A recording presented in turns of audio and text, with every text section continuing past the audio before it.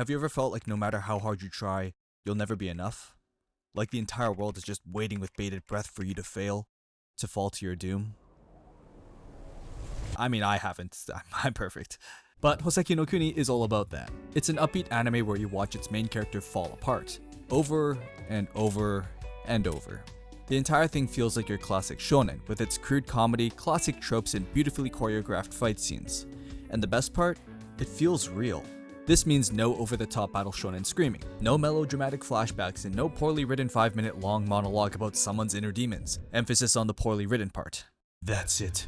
This time the world will know pain. They'll know my suffering. They'll know the torment of the silent killer known as gonorrhea. See what I mean? Nobody talks like that. Now repeat it 10 more times in the span of 5 episodes and you got yourself a Naruto flashback. And I actually really liked that series. That was my childhood. 2017 wasn't ready for this anime. I'm telling you, this show did not get the love and popularity it rightfully deserved at the time. This should have been up there with classics like Attack on Titan even. And I plan to make it abundantly clear why that is.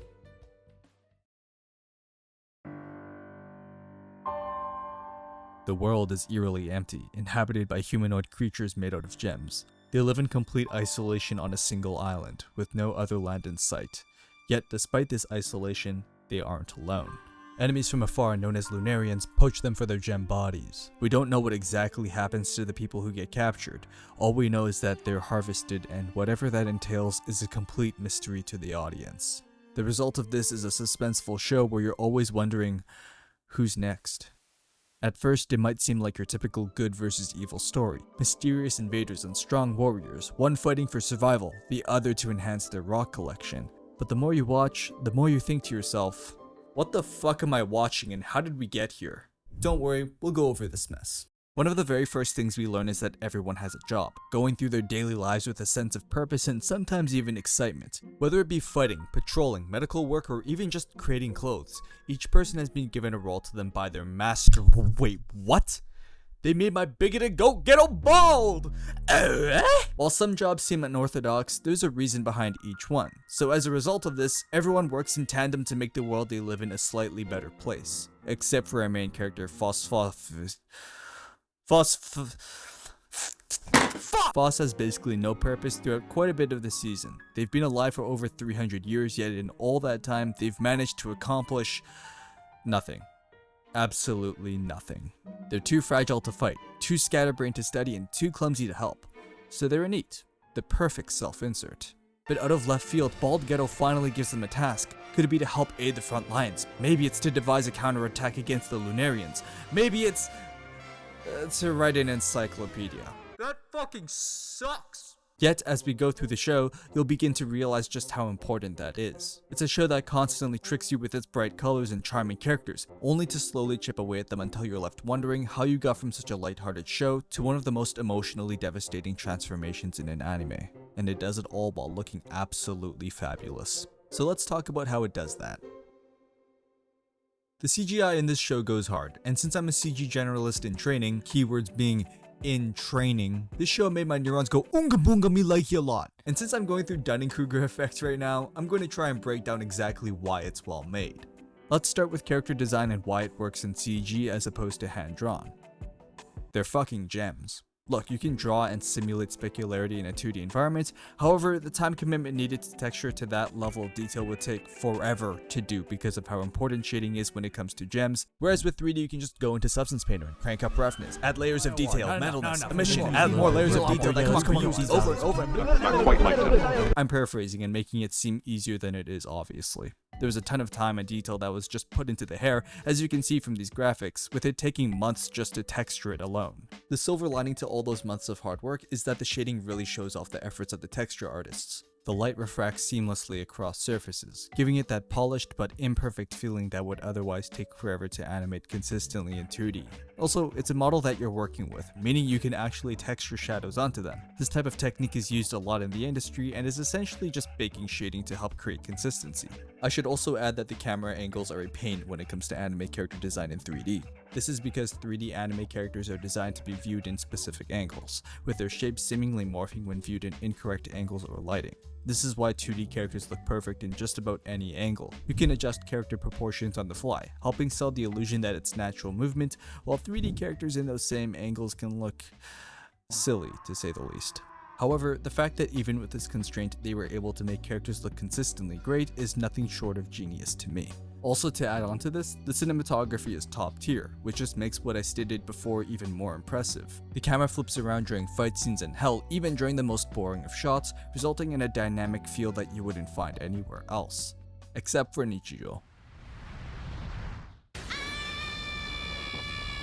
Every shot has purpose, and negative spaces are utilized perfectly, helping us feel the scale of what we're looking at. Take this scene of Cinnabar looking down at Phos with the moon above them. Just from this shot alone, we can already determine the stakes of this moment, how this is a turning point in the story, and how insignificant the characters are when compared to the weight of the world. Yet we also feel inspired. We want to fill in that negative space around them, and the warmth of the shot helps emphasize the gentleness of it all.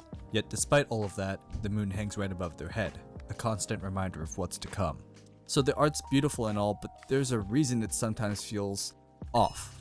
It feels too clean, too perfect, like the world's hiding something from you. The art helps enhance these feelings, and as such, there's always a voice in the back of your head telling you that we need to look out for more than the Lunarians. And all of these feelings of dread, whimsy, and peace are tied together by the music.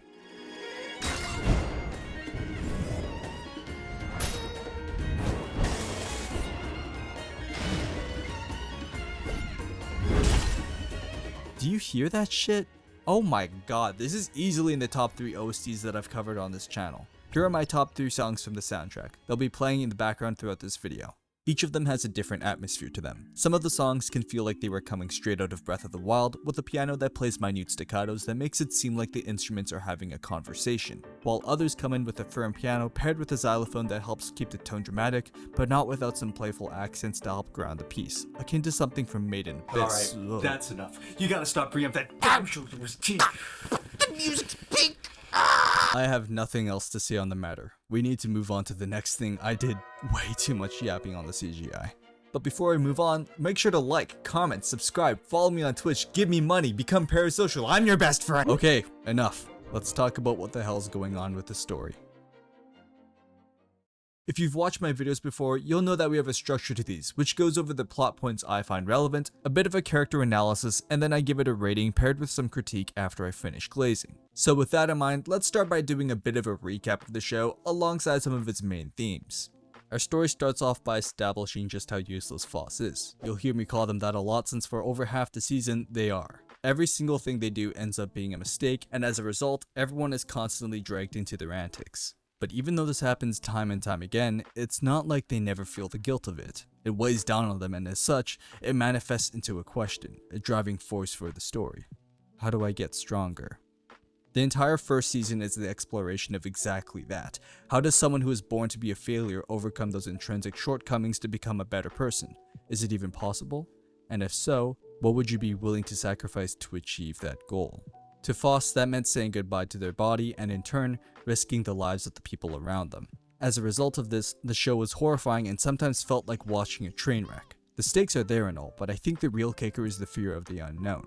The fear of death at its core is a result of that exact phobia. This show utilizes that concept but gives it a twist by having the characters be completely immortal. Characters don't die, however they risk losing parts of themselves every time they get broken. Ichikawa is a master at making you fear for the characters' safety. We're scared of what the Lunarians will do to them, and whether or not they'll be the same person they were before they broke apart is completely up in the air. The result of this is a creeping existential dread that doesn't need gore or a serious mental breakdown to encapsulate it. It changes its characters quietly, behind the scenes, until it reaches its breaking point. In this show, the scariest thing isn't death, it's metamorphosis. Not that one though, Jesus Christ. But this kind of slow, behind the scenes horror works so well because it preys on Phos's insecurities. The feeling of not being enough is something that just about anyone can relate to, and because of that, we empathize with them. We see a bit of ourselves in them as we too try to find our place in society in spite of today's job market. At a certain point, we'd be willing to latch onto just about anything. Minimum wage? Flipping burgers? Sold. Funnily enough, I genuinely make more money doing that than this. I'm actually so gadooshed. But this desperation is what sets people, and in this case, Phos, down a path of transformation. The first real shift in identity happens when Phos meets Cinnabar, a fellow outcast who patrols during the night when they can't bother anyone, a time when Lunarians never seem to show up. They keep themselves away from everyone in fear of hurting the people around them with their toxins. Cinnabar's role in this world is just as pointless as Phos's. They both contribute nothing and are just seen as a burden, so much so that Cinnabar would rather be abducted by the Lunarians because at least in that case, they'd be useful to someone. Something. Anything. It's that desperate attempt at being useful that drives Phos to make it their main goal to find something for Cinnabar to do. It gives Phos something to strive towards aside from writing a damn encyclopedia. It shows them a path to redemption, one where even if they can't be of use to the world right now, they can at least open the doors for someone else to be. It sounds sweet at first, virtuous even, but that changes quickly. In Phos's mind, they're already a burden, and so throwing themselves into harm's way isn't an issue. As a result of this, Phos desperately chases that goal of becoming useful for Cinnabar, which leads them to sacrificing their legs and parts of their memories, important ones regarding the existence of humans, which leads us to the climax of this show. Winter. It's a time when everyone gets to hibernate, take a rest from the Sigma grindset, and recharge for spring, a perfect time for Phos. They're being given permission to do nothing after all. But not this winter. This time Phos is driven, they can't sleep, they won't rest. They need to get stronger.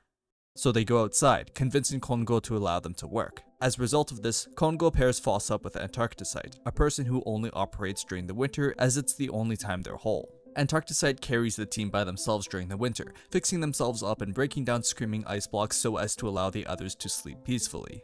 There's no supervision, no interruptions, just Phos, Antarcticite, and the snow.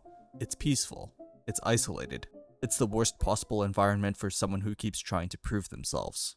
Still, working with Phos piques Antarcticite's interest. They want to see what exactly the village idiot can do to help, and whether or not these new upgrades of theirs are actually going to be of use. And they're not. But regardless, Antarcticite still commends Phos's improvement. All they wish for is that Phos were slightly stronger. That one line is what pushes Phos to do what they've always done when they're told they're not enough. Sacrifice themselves. But this lack of self-esteem plus their obsession of achieving their goal results in the abduction of Antarcticite. And it's at this exact moment that Phos changes forever. As they finally get the shonen power-up that we've been waiting for half the season to get to, they lose. They get stronger, they gain new abilities capable of combat, but it doesn't matter. It doesn't change anything. Their thirst for power is finally satiated, yet right then and there, they're left with nothing. This should have been the climax, the point in which we go ballistic for our main character, yet instead we feel empty. And as Phos falls from the heavens, their wings of gold unable to grant them flight, we're met with nothing but a deafening silence. It's a moment of realization of their futility, to mourn how they just failed to save the one person who acknowledged their strength, who viewed them as worthy. Just like that, Phos's moment of victory is robbed from them, and so the series reveals the tragedy it truly is. Phos goes from the comic relief character to something else entirely. They lose more than just their fragile body. They lose their innocence, the whimsical dreams of becoming a warrior, fighting alongside the people they yearned to be accepted by. They lived it, and it's that realization that makes it all the more painful to watch. There may be fragments of the person they used to be, but they know they're not the same anymore. They know that they're drifting further and further away from who they used to be, but they continue because the only way to make Antarcticite's sacrifice worth it is to finish the job that they set out to complete in the first place. And all this does is add an extra burden onto Phos. But let's talk about Kongo for a bit. He serves as a mirror for Phos and foreshadowing of how their power-up was never going to be their salvation. He's the most powerful character in the series, and while this may be the case, he can't save everyone. He blames himself for the disappearances of the other members of the group, but I mean, like, you were sleeping, so yeah, it is your fault. But that was your fault. You were supposed to save them. It is your fault! Both of these characters push forward despite their failures, trying to find meaning in the wreckage left behind by their mistakes. But where Kongo leans into a sense of duty to solve this issue of his, Phos leans into self-destruction, masked as determination. No matter how much Phos changes, no matter how useful they try to become, they'll still always be haunted by the same questions, still always be chasing a goal that is very evidently not worth the sacrifice anymore. But their pride and their ego won't let them move on. They refuse to sit idly by and watch the world crumble before them, and so they go looking for answers, chasing meaning in a world that never gave them any to begin with.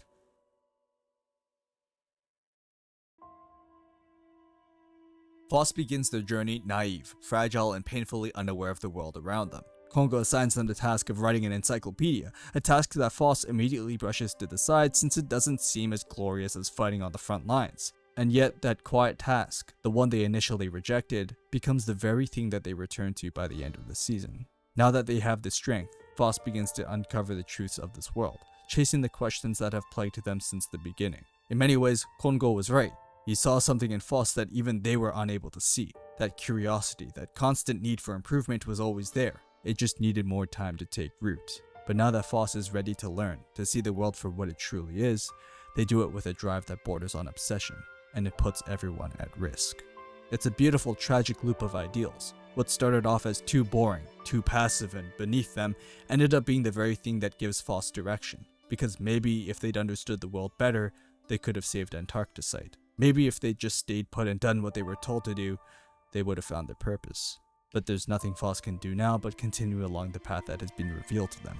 Pandora's box was opened the moment they learned that they could infuse themselves with other gems, giving into the temptation of sacrificing themselves for change. It's only a matter of time before they become something else entirely.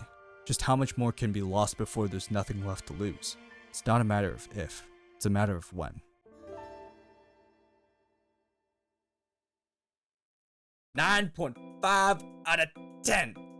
Peak! Scamboli was right to make 2 videos on it. Though I love this series, it does not mean it's without its critiques, so here we go. The pacing felt off at times during my first watch through, and the lack of risk made it hard for me to get invested. It wasn't until Antarcticite got gorshed that I felt it, and only after that was I a lot more afraid for the characters. Specifically Diamond. My lord Blacksmith Wukong chasing after them genuinely had me stressing. There's also the open plotline of ventriloquist that never gets explored after it's finished. It serves to bring us Foss's first physical transformation, but I did find myself yearning for more. I guarantee this gets explored more in the manga though, I just need to get to reading it. Yeah, that's it for now. I don't really have anything else to say. It was good. Anyways, time to read the manga.